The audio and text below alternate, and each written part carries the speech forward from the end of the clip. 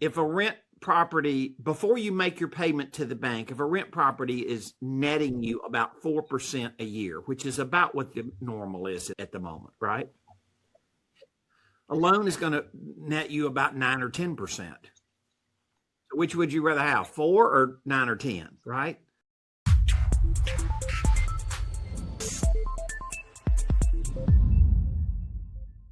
Welcome to the Falls Home Front, where Wichita Falls leads in North Texas real estate, business, and life.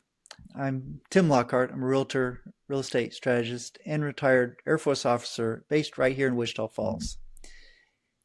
And this show is designed to help you make smarter real estate decisions to grow your business strategically and stay connected with what's happening in our community. Today's episode is focused on building long-term wealth through note investing and real estate finance. Today, I'm joined with Eddie Speed, owner of NoteSchool and Colonial Funding Group. Eddie has decades of experience in note investing and real estate finance. He founded NoteSchool to educate investors on purchasing performing and non-performing mortgage notes and has trained thousands of students. He's also involved in acquiring and managing portfolios of real estate secured notes. Welcome to the show, Eddie. How are you? I'm doing great. Thank you so much for joining us. Yes, sir. So let's start kind of with your background. How did you get into investing in notes versus more traditional things that people think about when they think about real estate investing? Okay. I'm from Mississippi. That's where this accent originally comes from. And so in 1980, I went through 1979 and 80. I went through the ranch management program at TCU. So you probably got people in your audience that are from the ag background, and most people would know who that is. And so you're like, okay, he was a TCU boy, right? Ranch management. What's that got to do with buying notes? The answer is absolutely nothing but market timing. So I left Mississippi, I left Texas, went back to Mississippi. Ranching was not good. Interest rates were 20%. And I met a gentleman he later became my father-in-law, by the way. And he introduced me to this idea in 1980 of buying notes, buying seller carried notes, seller financing, right? So people were they couldn't get all their money out because interest rates were too high and they didn't have cash. And so the seller would carry the seller financing, but at a lower rate than the banks were charging, because banks were charging 18 or 20%. And so that was my very first beginning into this idea of buying notes. So I've been doing it forever and moved to Texas. That young lady and I married in 1982 and we came back to Dallas-Fort Worth and basically built a note buying business. And so I did that and perfected some techniques of working with real estate investors and mom and pops that owner finance properties. A short time come along in the late 80s, I started buying notes from a guy, and he was a real estate investor, and he had fixed up properties and owner financed them. That guy's name was Ken D'Angelo. He founded Home Investors, right? Yes. So my life path put me in front of people that had a real estate business, but they used finance to really make their business better. And that is a long history that I've had within the business of working with people that are in real estate, but saying, is there some way of looking at the financial side of the business, or it's not sticks and bricks, but the financial side of the business, and saying, is it better? And so essentially what I do is I teach people how to be the bank. That makes sense. I'll bet you the tallest building in Wichita Falls is not a landlord. Yeah, banks own most of the real estate. Once again, this is my 46th year in the business. So I've lived through a lot of cycles, seen a lot of things. By the way, there was an old gentleman named Mr. Henry Dvorkin in Wichita Falls, Texas, that was my dear friend, and I love dearly. He's passed away now, but he was a terrific guy and kind of a legend in Wichita Falls. And I knew him super well. My name is Eddie. My legal name is Eddie, but Mr. Henry always called me Edward. And anyway, quite a gentleman. And yeah, so he was in the note space there in Wichita Falls as well. Yes, he was. Yeah. Why do you think that many people struggle in real estate in today's market? Struggles in real estate today are a result of inflation. Somebody moved their cheese on the math. It just happened. And that is because we did have when the inflation hit, we did have a rise in rents. But the rise in rents was this compared to the rise in expenses. Expenses went up about 2.5 times more than rents went up. So rent houses stopped cash flowing the way they had cash flowed. And that changed everything. So now people have had rental properties for years, and rentals have been a great outlet for cash flow and wealth. You're right. Now all of a sudden that math has changed, and I work with landlords around the United States, some of them super operators, some of them not so experienced. And we show them how that they could possibly take their rental and turn around and sell or finance the same property, probably net 2.5 times the income they're netting right now. Kind of crazy, but the math is true. Yes. Is there anything else other than the price inflation of homes that has caused traditional strategies to be more difficult? Clearly, higher rates. So higher rates are not good for the guy getting a loan. Higher rates are good for the guy making a loan. Right? So if you're the bank, you're the guy making the loan. Right? You're able to charge more interest because that's what the market is. You're not cheating somebody. That's just the market condition. Right? And so you can charge a higher rate, and you're going to, we've modeled enough rentals versus carrying financing on the same property. If you owner financed it, we've modeled thousands of them. And I can just almost do the math in my head and say, if a rent property, before you make your payment to the bank, if a rent property is netting you about 4% a year, which is about what the normal is at the moment, right? A loan is going to net you about 9 or 10%. Which would you rather have, 4 or 9 or 10? Obviously.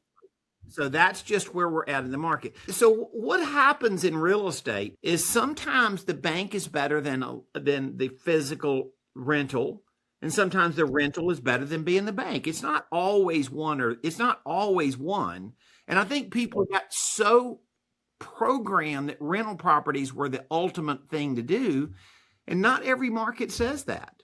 And so we're in that cycle. I call it a note cycle. You're the bank. Right? The bank owns notes. Landlords own the physical real estate. And that's the cycle that we're in the market. And so some people say, I don't have a rent house. Okay, then you don't have to have a rent house. I help people buy notes so that they don't go through the physical process of owning a note or owning a rental or a piece of property. Or people that have a rental, I show them a process how we show them can convert. So I guess you would say a little bit, Tim, I'm a little bit of the contrarian of real estate, but not because I don't like real estate. I love real estate. It's just the market changes and you have to adjust and do different things in different sides of the market. Yes. If someone does have one or a couple rental properties and they would consider change that from rental to owner financing, what would be the process for that? The process for that would be is that we have developed a whole system showing people how to be the bank the right way. Not if you're going to lend somebody money and sell your rental, you need to be very specific in knowing what you're doing and knowing how to go be the bank. And that is something that we have literally probably more experience with than anybody in the United States, like showing people how to be a smart seller finance lender. If somebody is in your seat, Tim, you're going to have clients that have rentals, and you can show them the path of how to go do this. and they are going to need a realtor probably to help sell their property to a buyer, right? But this is something that most realtors aren't taught how to go do. Not that they can't do it, they just don't know how to do it. They've never been through that process. And so that is something that we've really specialized in. In fact, I've trained many hundreds of KW agents across the country. Well, in fact, the wealth side of it, the KW wealth, which is where the KW people go for different wealth building techniques, not necessarily brokering real estate. But I've been the lead one that they bring in to teach notes and investing in notes and creating notes and stuff. So I will tell you that real estate agents have a really big opportunity to go show their clients another way to think about the market. This is not natural thinking. Yeah, no, it's contrarian, like you had mentioned. It's like the other side of the coin. Yeah. And so once people see it, and once people realize that they don't have tenants and toilets in the 2 o'clock phone calls, they kind of like it. Yeah, it's a different aspect. Yeah. People don't call Chase Bank when the light bulbs go out or the toilet doesn't flush. They know not to, because obviously. And so it's neat that individuals can become that. What are some of the common mistakes that you see people make when they're just starting to venture into notes versus owning physical real estate? They don't know how to be a lender. They know people, like most people with a driver's license, understand the concept of being a landlord. Now, there's really poor landlords and there's really good landlords, but everybody understands after you've had a rental for a period of time, you're going to let somebody live in your house. You need to make sure you know what those circumstances are. Have they got big dogs? Do they have a track record of bad track record with other people they've lived in their rentals in the past? Can they afford it? Do they have job stability? Like, they have to vet the person that they're going to let live in their house, right? And there is very distinct processes that people have now perfected in doing that. Now, not every landlord has the same standards. But landlords, the longer they do it, the more they come together in agreeing this is how we vet the tenant, right? So when it comes to being the bank, people don't know how to be the bank, right? And they don't know where the underserved market is. Like, they don't know that Fannie Mae's underwriting is twice as tight as it was before the virus started. People don't know that. So there's a lot of opportunity to lend somebody money today and say, if you can't get a bank loan, you're not any good. No, that's a myth. That is a complete myth. But there is a process of verifying their track record in the past of paying others and their ability to go pay for the property. And we've become very good at that. We're very good at showing a realtor how to go find an underserved buyer that really is really solid and has money down and has good credit and all that, right? We're really good at doing that. And then we're really good at taking somebody through the process of creating their note, including there's some really cool tricks they can do about selling part of their payments that makes their return really high, because now they're using some leveraging techniques. So everybody thinks in terms of you can buy and sell a house, you can borrow money against a house, but you can buy and sell a note, and you can also borrow money against a note in various ways. So I teach people things that are not common to them, but it's common in the mortgage industry. And so that's basically why we built NoteSchool. We just show people how to do stuff that's around. If you're a banker or your mortgage company, they understand all these techniques. I just show people very simple ways to go do this. And then all of a sudden you're realizing there's somebody other than the First National Bank that can own a mortgage and just get a payment every month and have it serviced. You don't have to go collect the payments. And you're the bank. Yeah, so that's good. What is the biggest advantage to having notes or financing from the investor's standpoint, other than just not having to deal with the tenant issues with the tenants and toilets, like people say? Yeah. The gigantic advantage today is cash flow. Your net income on average is about 2.5 times what it would be on a rental before you make your payment to the bank. So it's pretty drastically affects your cash flow numbers being the bank versus a landlord. Yeah. Do people have to own their house free and clear before they can do owner financing? No, because we show them a technique where they can get instant liquidity out of part of their note to go pay off their mortgage. We talked about becoming the bank. I'm not sure a lot of people understand that intuitively. So what do banks know about real estate that the average individual doesn't? In order for the bank to make a mortgage loan, they have to have some context of understanding what property values are worth. And the truth of the matter is they get a realtor or a bank or an appraiser to go tell them what the property's worth. So they don't have, the banker himself does not have to be as knowledgeable about real estate, Tim, as you are, or as knowledgeable about real estate as an appraiser is. He just needs to know who to call. In other words, you don't have to know how to change the oil in your car, but you do know, you need to know that the oil in your car needs to be changed. Yes, right. You get that concept? So I teach people how to go find outsource things that they're not experts at, but to help them make the best decision they can make. What a banker knows how to do is collect interest. As simple as it is, he can hire a lawyer to do the paperwork. He can hire a realtor to go tell him what the property's worth. He can hire an underwriter to go gather all the information and do all of the verifications of income, and all that can be hired out. You don't need to do that. You don't have to do that. But to make executive smart decisions, you need to know that every month you're going to get the payment first, right? The landlord gets what's left over. The bank gets it, the first money out of the rent, right? And he has to understand that he's collecting interest.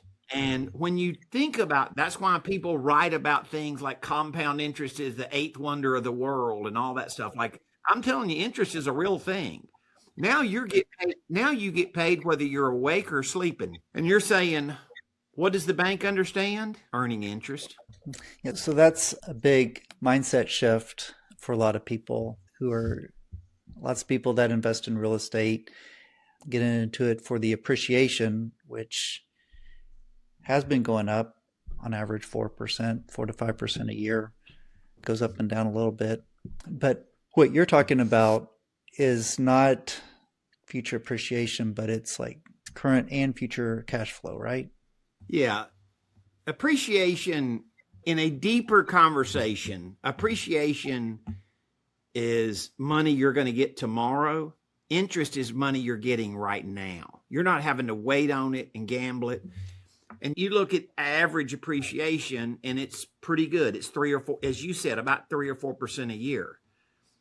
But there's flat markets, which we are pretty close to right now. There's markets like in early 2000s that were like early 2020 and 21, 22 when it went wild. So people go look at that market and say, I want real estate that does that. And I've been doing this for 46 years and you've been doing it for a day or two. All of us want that. But that's a hot market. And hot markets come and go. And right now, that hot market isn't so hot. I'm not saying that we're in for a 2008 or anything like that, but it's definitely flattened out.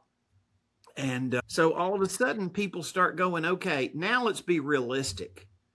Can I earn the same money right now that I would earn if I just waited on appreciation? And the math says yes. I can earn the same effective interest rate that I earn on appreciation, but I don't have to wait on the money. Would you rather have $1 today or $2 in 10 years? $1 today. And what if it were more than $1? Yeah. Of course. Yeah. What about the person that doesn't have property yet, doesn't have a rental? How can they get started in real estate, investing through notes? Well, I found that it's a little known fact that people can just go out and buy mortgage notes, right? And that's what I've been teaching people how to do in NoteSchool for 25 years. I teach people how to buy notes. I teach them how to use leveraging techniques where they don't have to use all of their own money. I teach them how to go essentially run their own little bank. And I've found that it's almost like watching a little kid learn something for the first time. And you show them and you show them and then it snaps. And they're like, oh my goodness. Like it's that, right? And so that's really what it is. We've been doing it for a long time, and I've done 50,000 transactions. So I can talk at a different level, but I've learned that the best thing I can do for students to start out is just keep it simple. And the answer is, it is very simple. I think owning a rent house is hard. Owning a note is easy. And because I'm going to go have some third-party company that collects the payments and deals with interest income for the IRS and monitors the taxes on the property and the insurance. All of that stuff that needs to happen, it doesn't have to be me. And all of a sudden, I wake up and you can go buy a CD at the bank, right? And the bank keeps up with it, and then you're earning interest every month on the money you did. A certificate of deposit, they call it. That's technically a note. It's technically a note. So when people think about that, they don't have to be an expert to know everything. It's like I can go to the bank and take my money, and they'll pay me something for it. The reason people do what I do is because you earn a lot more money than the bank's willing to pay you. That's good. That's good. Thank you. Where do you see the future of note investing going? Unbelievably up. I'm involved with a technology firm right now, and we think probably by the end of the year, we're going to be trading loans on blockchain. And just the average regular person can go in there and buy a little sliver of a note. So we have perfected the underwriting, all of the things that makes us trust blockchain. Blockchain is not about buying just crypto. Blockchain is just the vehicle that people buy crypto on. So this isn't like buying crypto notes. This is buying notes, but using blockchain because you trust all the information on it, right? And it's real, and you don't have to go do all the difficulty and stuff. I believe that our industry is going to go way, way up. The president has said that he wants people to be able to take their 401ks and invest their own money in what they want to invest in.